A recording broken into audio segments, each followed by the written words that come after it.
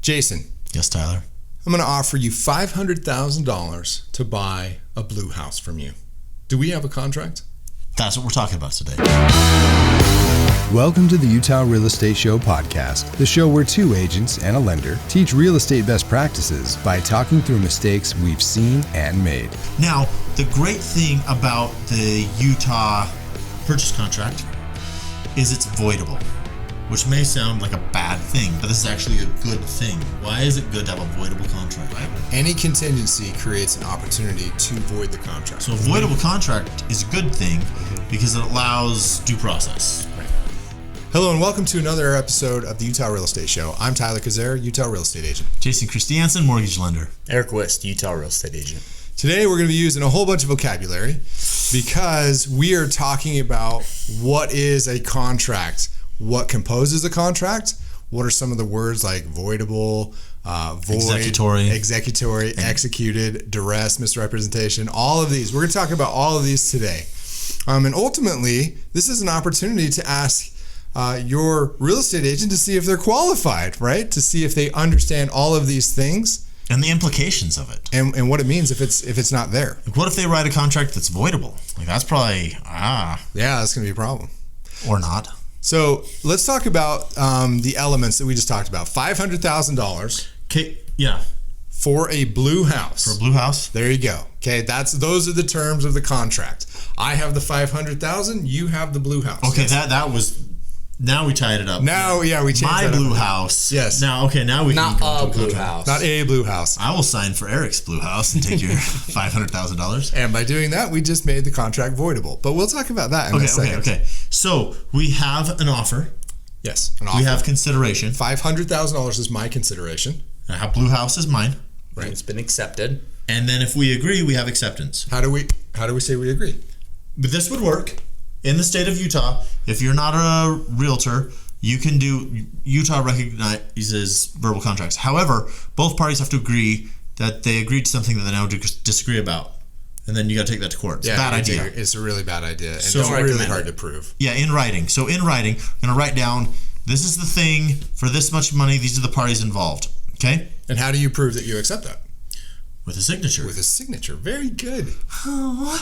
But also, that's not enough because they need to be competent. They need to not be under duress. They need to not be misrepresented or have any undue influence. Yes. So let's talk about a couple of stories here. Okay, let's story time. Story time with Tyler. We love story time. I want to tell you a story about a real estate transaction that I heard about. I did not participate in this real estate transaction. The transaction was for a commercial property, and when they went to do the final signing, the contract was already drafted, and it just needed to be signed by one party. So the contract was presented, but it was not presented, just hanging out at a desk. It was presented at a bar after the person who was supposed to sign had had a few drinks. They were imbibed. They were imbibing. And later, this individual complained that, man, I feel like I got taken advantage of because I signed this contract when I was drunk. Basically, I was drunk and I wasn't able, I signed this contract and now I feel like I'm bound to something that I may not have necessarily agreed to. Now, this violates a tenet of contract law referred to as capacity or competency because he did not have the capacity at that moment to sign for that property. Right. Just like if they have Alzheimer's or dementia. Yeah, or if they're underage. As a whole, yeah. They don't have the capacity. They're not legal, right? So then you have a voidable contract by definition because you have one party that's bound. Yes. The party that presented the contract where they were sober and had all their capacity, they presented the contract. They are bound by that contract. And the person who didn't have the capacity or the competency is not bound. Right. Now there's other ways to do this. So such as you get some offers. You're selling your house, you get some offers, you get multiple offers. You're not sure which one you want to accept, but there's one that kind of stands out, but their acceptance deadline is yesterday, but you accept and send it back to them. Oh, I like this. Now, you are legally bound. Yes, but the buyers... You agreed to those terms, but those terms are technically expired. You're saying, I'm willing to bind myself to these, but the other party doesn't. So, a good agent would say, yes, we're going to accept, but we're going to add an addendum updating the acceptance deadline to be inclusive of when we signed. So that's now both parties have signed under standing terms. Well, assuming that the buyers sign that addendum Right. and accept the contract, right? Now, the great thing about the Utah purchase contract is it's voidable, which may sound like a bad thing, but this is actually a good thing. Why is it good to have a voidable contract? Well, because it allows the one party to do due diligence and then to say, I don't like this, I'm voiding the contract. Right. I'm out. You've got seller disclosures. You have financing and appraisal deadlines. You have your due diligence to go and check everything that you just got on the seller's disclosures. Settlement. To do research on the paper, on the property. Your settlement deadlines. All sorts of deadlines. You can void for any one of those, right? Any contingency creates an opportunity to void the contract. So a voidable contract is a good thing because it allows due process. Right. So executory. Okay, I love this phrase. It's not used enough. It's not used in my enough. opinion. Yeah. It's hard to say. I don't though. like the phrase. How do you say it, Aric? We're just not even going to go there. This is why my underwriter will ask for a fully executed contract, which we actually don't want. Here's why, okay? So executed means it's completely finished. A fully executed contract is when both parties have fully They've completed everything that they agreed to do. And it's done. Yes. Typically, signing is allowed to be the executory date. This is why it's not used. Typically, signing is allowed to be the executed date, although technically it should be closing. Because when all things have actually settled, the money has gone back and forth, when it's closed. When it's been executed. Then the full... Tyler, have you cleaned your room? Yes, I've cleaned your room. Yes, there Executed. you go. Now, Tyler, you need to clean your room. I will. Executory. Executory, there you go. So executory means both parties have agreed, usually by signature, that something's about to happen. So we call that a valid contract, an enforceable contract, or an executory contract. It is not yet executed. Right. There you go. So last couple of phrases that we want to kick in here and just make sure that we discuss them. What is duress? Sign this contract or I'm breaking your legs. That is duress. Sign this contract, I'm breaking up with you. Sign this contract. There's all kinds of ways to do it. Or you're not getting your inheritance or whatever it may be, right? When there is coercion involved, this is duress. Okay? Duress makes a contract provision voidable. And so the person who presented the contract is bound by the contract. The person who is under duress is not bound by the contract, or rather, they have the opportunity to void the contract. Yeah. Okay. What about misrepresentation? Let's say that we referred earlier to $500,000 to buy a blue house. Right. What if this is an out-of-state buyer?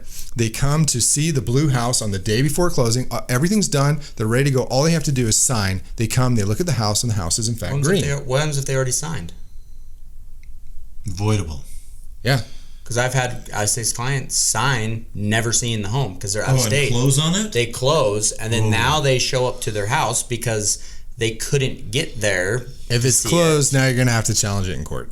That's a big problem. Yeah. In the contract, it said that I was buying Jason's blue house.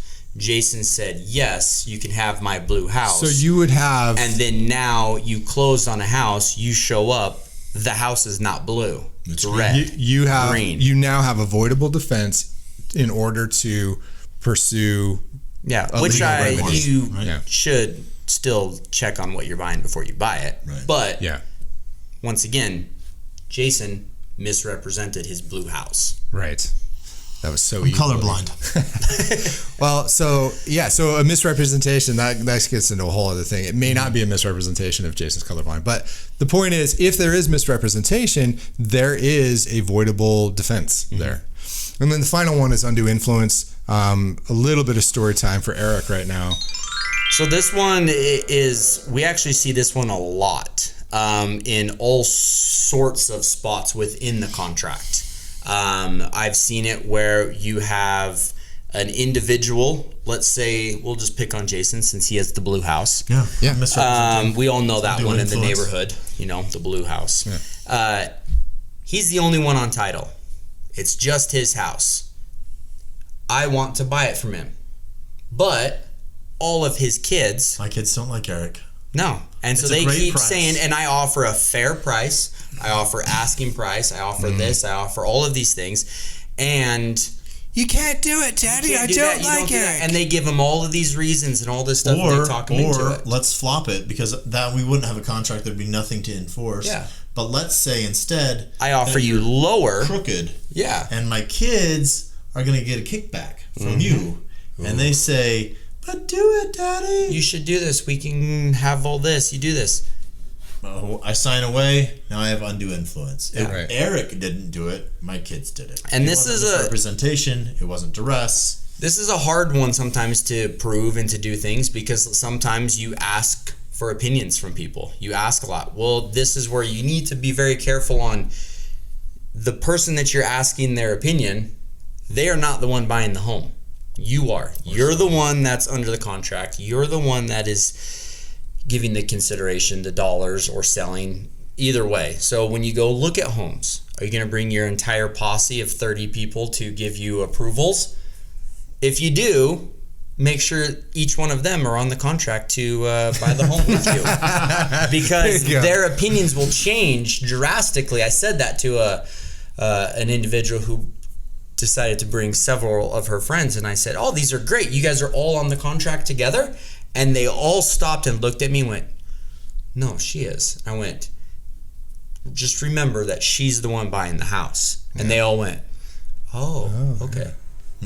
And it changed. Okay, so what did we learn today? Well, my key takeaway is that contracts are complex instruments, and you need to make sure you read that contract and understand what you're agreeing to. It's important to know the pieces that make it binding and what's required of the parties in that process. Remember that you need to work with somebody who understands all of these contracts, all of these terms, and know how to write it correctly for you. Jason, I'm really happy with my blue house.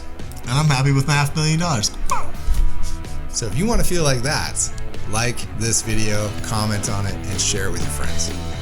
If you want to get in touch with us, shoot us a text at 801-228-7687. Make sure you mention the show. You can email us at theutahrealestateshow@gmail.com. You can watch this show on YouTube, and you can listen on Apple Podcasts, Spotify, or wherever you get your podcasts. If you learned something, or if you really love this show, give us a like on YouTube and drop a rating on Apple Podcasts or wherever you listen. The Utah Real Estate Show is a production of Hive Collective at Presidio Real Estate, with support from Security Home Mortgage. The NMLS number for Security Home Mortgage is 178787. The NMLS number for Jason Christiansen is 240472, Equal Housing Lender. Not only is this not legal or investment advice, but you should definitely talk to a pro before you make any real estate decision. Every situation is different and should be considered in context. Copyright Jason Christiansen, Aric Wist, and Tyler Kazare. All rights reserved. Talk to you next week. I'm so happy with my blue house. No, you like your $500,000, right? Okay. I'm so happy with my blue house. And I'm so happy with my $500,000. Take an opportunity to comment below, share this video with your friends.